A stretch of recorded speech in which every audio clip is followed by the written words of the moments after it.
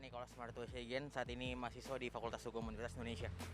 Namanya Okta, profesinya sebagai asisten apoteker. Abdul Rachman. Nama saya Eka Puspitasari, saya bekerja di UOB Plaza. Saya Mas Eriksan Abdillah, kerjaannya swasta. Iya, tahu. Sudah. Sudah. Sudah tahu. Sudah. Kalau kita lihat PPKM ini diperpanjang, maka ya kurang baik juga ya kalau diperpanjang. Kalau kita dengar kata epidemiologi saja ya kurang pas ya. Karena masyarakat juga harus beraktivitas, perekonomian juga harus bangkit lagi, dan banyak sektor informal yang harus bangkit lagi. Jadi mungkin PPKM ini ya mungkin sampai tanggal 16 saja. Selanjutnya bisa diperlonggar lagi aktivitas masyarakat. Itu sih harapan kita untuk PPKM berikutnya. Ya sangat gimana ya, mengecewakan sekali sih. Soalnya kan roda perekonomian juga makin hancur gitu deh. Soalnya karena kan ada usaha juga, jadi memang lagi hancur banget.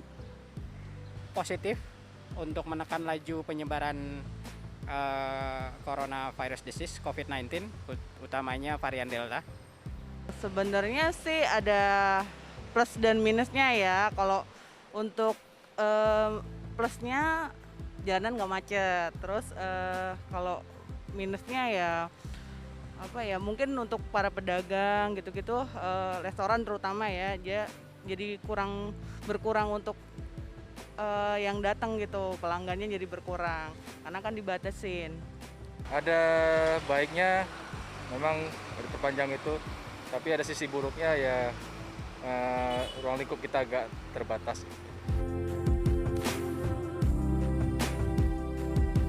Kalau sudah selesai PPKM ini mungkin kita bakal lebih banyak beraktivitas lagi gitu ya. Mungkin nggak hanya di rumah saja, bisa keluar juga, bisa melakukan aktivitas lain lah yang mungkin lebih fresh lagi gitu. Karena selama PPKM ini pasti suntuk juga di rumah terus. Seperti pada umumnya, mau jalan-jalan. Pengen jalan-jalan, itu udah tertunda sih. Tabungan yang tadinya udah terkumpul malah jadinya nggak buat jalan-jalan, malah buat yang lain. Jalan-jalan, wisata, ditahan dulu keinginannya untuk sementara waktu.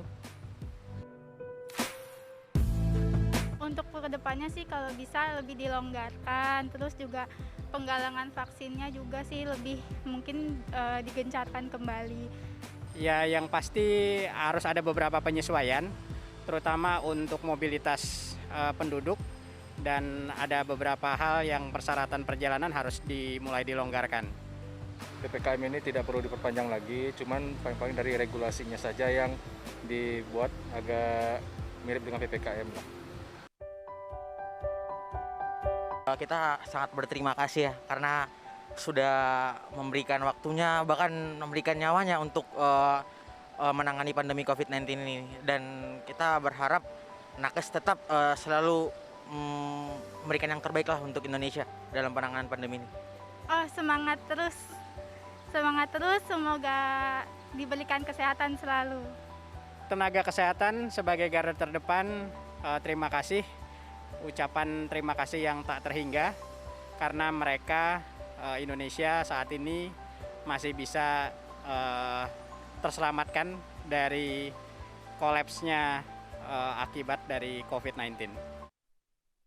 Coba bertanya kepada beberapa orang, itu dia jawabannya, semua ingin jalan-jalan, semua ingin dilonggarkan, tapi apa kontribusi kita semua agar semua keinginan kita itu tadi bisa benar-benar terwujud. Saya minta pernyataan dari ketiga narasumber. Kalau tadi kita bicara soal kebijakan di segmen terakhir ini, Pak Agus, Pak Gubernur, Pak Iwan, saya harap Anda bicara kepada publik, kepada masyarakat yang tengah menonton kita, kira-kira apa kontribusi kami bersama agar harapan-harapan tadi, mau jalan-jalan, mau liburan, mau bertemu keluarga dan lain-lain bisa segera terwujud dalam waktu yang tidak lama lagi. Itu menjadi harapan kita semua. Saya mulai dari Pak Mayaldi, silakan.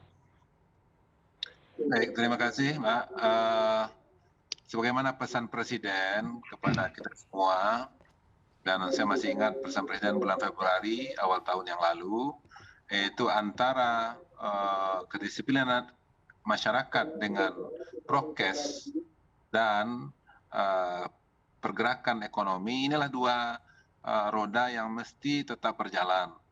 Dan maka dalam hal inilah dengan semangat dan kemudian dengan pertimbangan seperti itu, maka kita sekarang ini perlu mengetatkan masyarakat untuk lebih disiplin lagi, dan kemudian bersama dengan jajaran TNI Polri dengan petugas-petugas kita turun ke lapangan, dan kepada Bupati, Wali Kota tentunya kita harapkan mengingatkan masyarakat lagi, dan kemudian perda yang sudah kita buat bersama itu kita tegakkan sanksi-sanksinya, sehingga kesadaran masyarakat dan ketertiban masyarakat akan lebih meningkat lagi.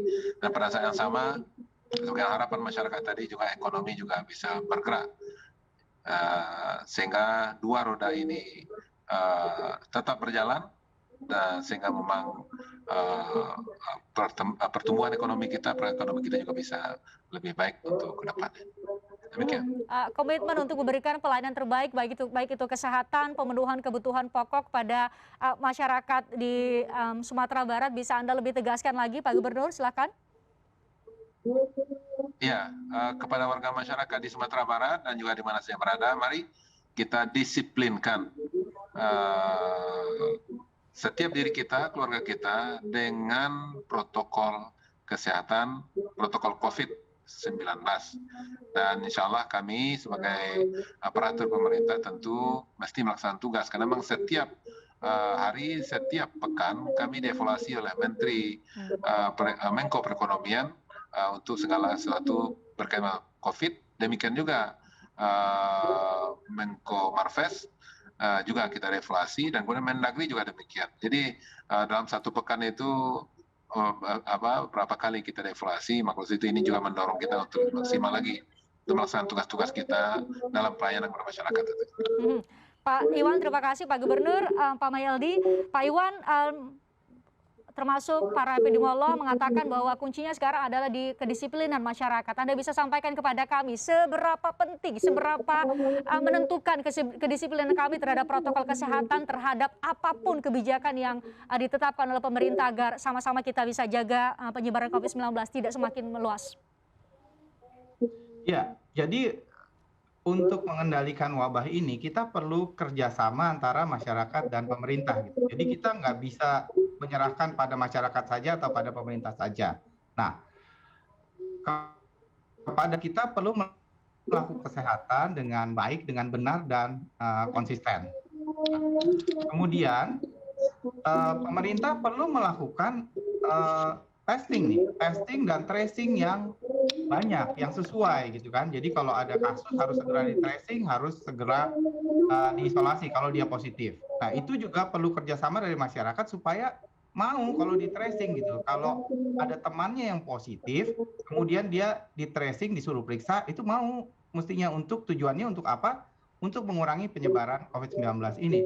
Dan kemudian vaksinasi. Vaksinasi ini juga perlu keduanya kerjasama pemerintah dan masyarakat. Pemerintah menyiapkan logistiknya, menyiapkan pelayanannya, masyarakatnya juga mau divaksin gitu. Nah, sekarang kan masih ada masyarakat yang ragu-ragu. Nah, itu perlu supaya mereka mau divaksinasi. Jadi kalau ini semua bisa berjalan bersama-sama, kita berharap pandemi ini bisa sudah terkendali, itu ekonomi, kegiatan sosial bisa berjalan dengan lebih nyaman ya, dengan lebih enak dan aman gitu.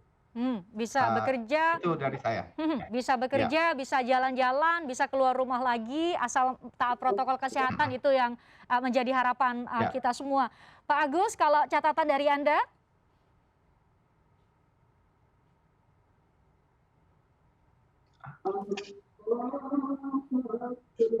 Pak Agus? Masih mute, Pak Agus.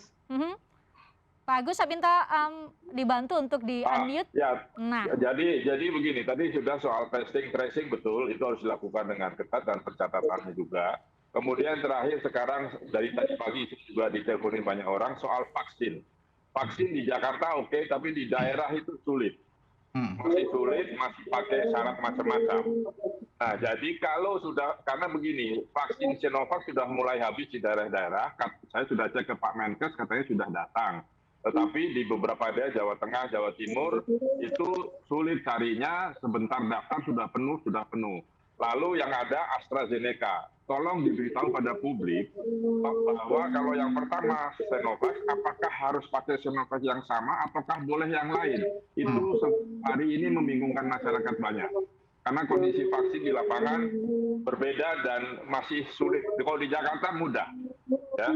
Jadi kalau sudah vaksin, kita boleh tetap pakai protap, tapi boleh sudah kemana-mana.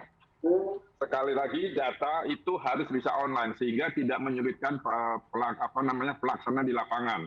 Apakah di mall, apakah di mana-mana, tidak usah dilihat, dibaca, cukup pakai QR selesai.